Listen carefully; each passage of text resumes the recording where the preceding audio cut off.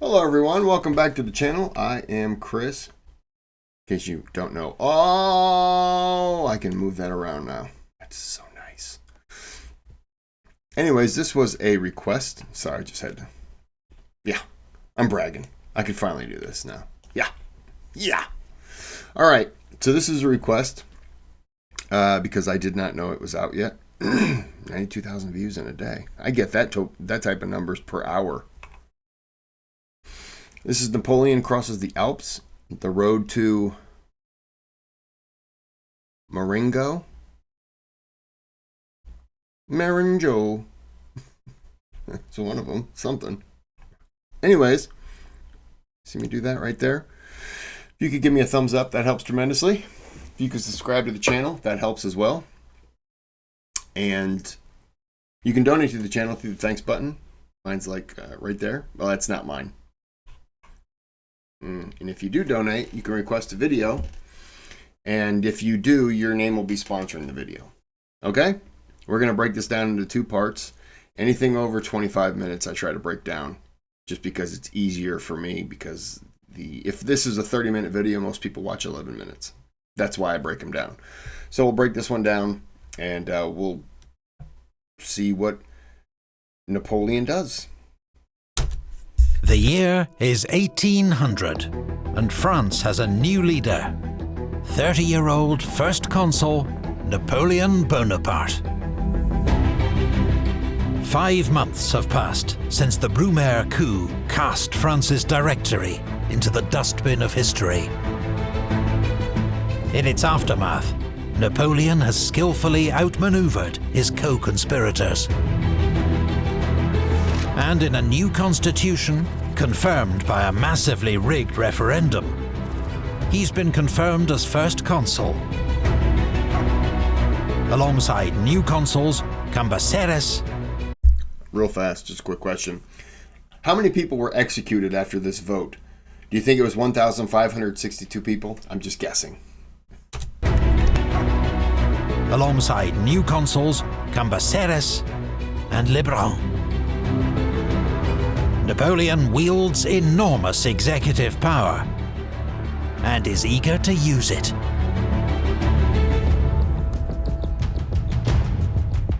First, he offers an amnesty to royalist rebels in the Vendée, helping to pacify the region and freeing up troops. Then he creates a new national bank to restore confidence and growth to France's dysfunctional economy. He strengthens the gendarmerie, the paramilitary police, and orders it to take ruthless action against bandits who infest the French countryside. And he transforms French government, personally appointing prefects to govern every French département, as well as sub-prefects and even the mayors of larger towns. Each achievement is trumpeted by the few newspapers still allowed to print, and which are now entirely under state control.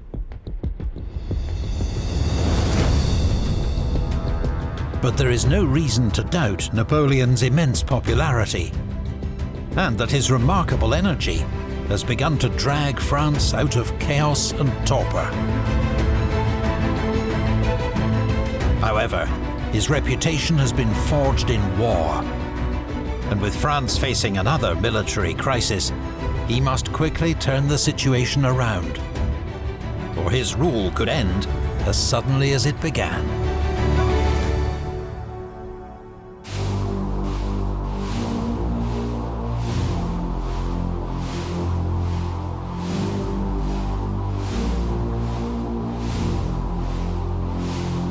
France is threatened on two fronts by the armies of Austria, which has 200,000 men in the field. In Germany, France's most powerful force, General Moreau's Army of the Rhine, is poised to launch a counterattack. Moreau is a skilled commander with influential friends, who had himself turned down an invitation to lead a coup against the Directory. Napoleon, warily respectful for now, offers advice but will leave Moreau to wage his own campaign. It is in Italy that Napoleon identifies the greatest threat and the greatest opportunity.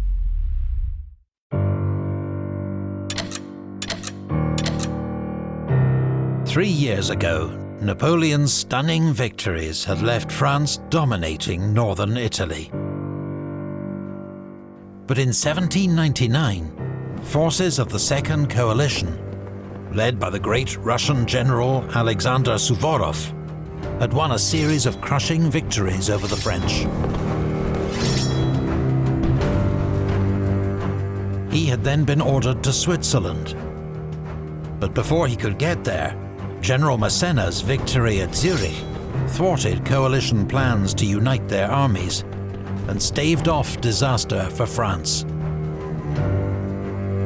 The unpredictable Emperor Paul, incensed by British provocations, had then withdrawn Russia from the Second Coalition.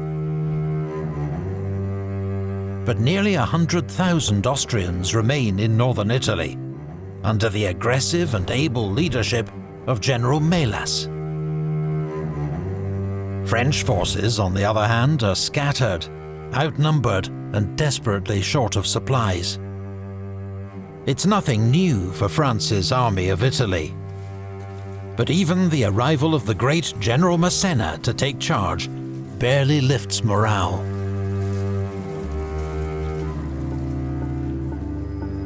It is a fragile position, but secretly, Napoleon is planning a grand strategic maneuver to turn the tables on the Austrians and crush Melas's army. At Dijon, he has begun to assemble a new Army of the Reserve under the nominal command of General Berthier. Veterans and conscripts alike are scraped together from depots, provinces and garrisons, until a force of 60,000 men has been gathered. A more cautious strategist may have chosen to reinforce Massena from the west, using established supply routes to shore up the front. But driving the enemy back on his own supply depots is likely to lead to stalemate. Instead, Napoleon plans to swing south, through the Alps mountains, and emerge behind General Melas, cutting off his supplies and his escape. It is among the most daring strategic plans in history, but it will depend on secrecy and surprise, a swift and safe passage through the mountains, and for Massena to hold the line in Italy as long as he can. But while Napoleon's army is still assembling in France, Massena comes under heavy attack. On the 6th of April, General Melas launches an offensive.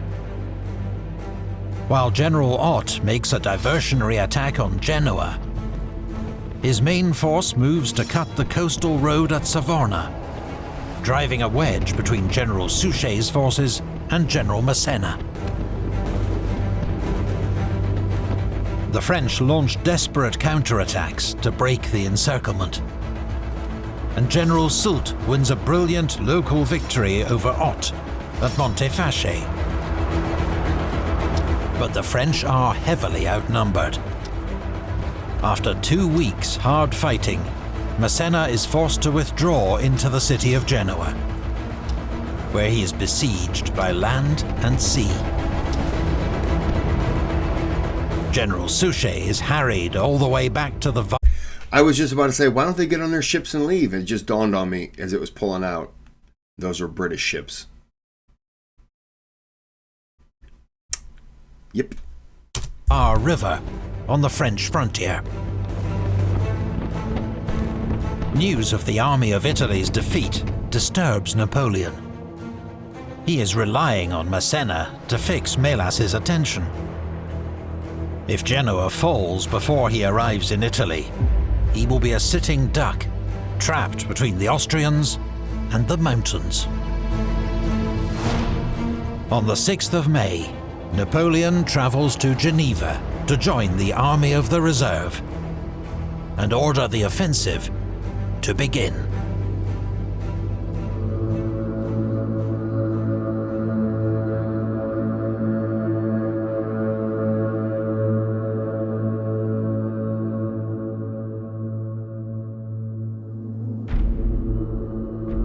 The Alps.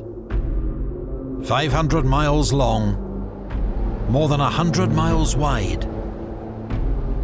Their highest peaks more than 15,000 feet. They can be traversed. So it sounds like it's pretty easy to get over them. It's like a small hill, really. By several well-known mountain passes.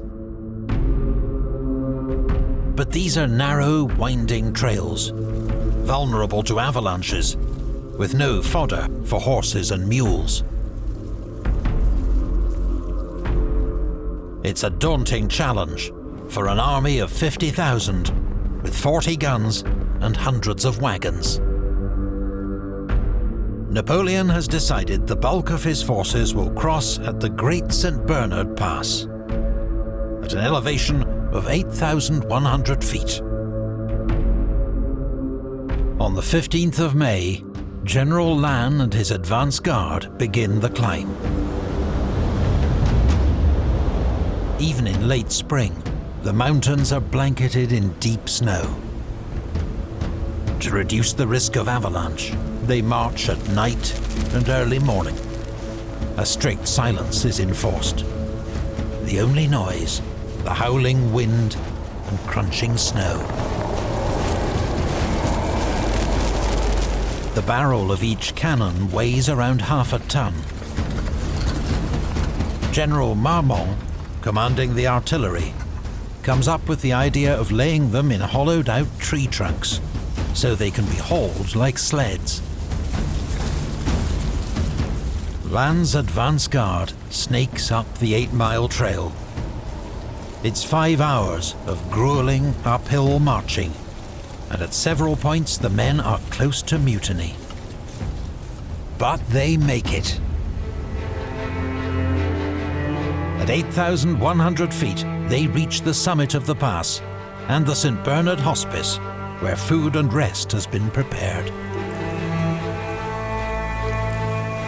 The rest of the army completes the crossing over the next 10 days. It is a testament to General Berthier's planning that just 5 men and a single cannon are lost. Contrary to Napoleonic propaganda, the first consul made the crossing on a sure-footed mule, trailing the army, rather than leading it on a charger. Lannes' advance guard presses forward into the Aosta Valley. They sweep aside small Austrian outposts, then surprise and scatter a whole battalion at Châtillon. But a nasty surprise awaits at Fort Bard.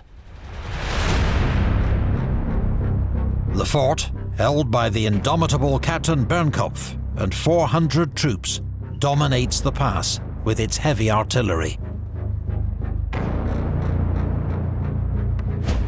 Infantry and cavalry can skirt around it by means of a goat path, but artillery and wagons will be seriously delayed until Fort Bard is taken.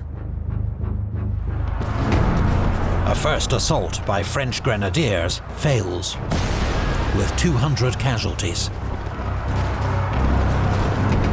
The fort remains defiant, and for Napoleon, the clock is ticking. In Italy, the French position is increasingly desperate. On the 15th of May, the garrison of Savona surrenders. In Genoa, Massena conducts a brave and active defense, though in one sortie, General Soult is badly wounded and captured. But now, starvation looms. There are already reports of cannibalism. Napoleon cannot wait for Fort Bard to fall. The army must push on without its guns and baggage, and hope to capture supplies from the Austrians. We're going to end it right there. The big cliffhanger for part 1. Is he going to do it? Spoiler, don't tell me. I don't want to know. I don't want to know until I watch the video. Okay? So don't you go ruining anything. Now what? I got somebody here to cut the grass. Okay. All right, so I got to go. I got somebody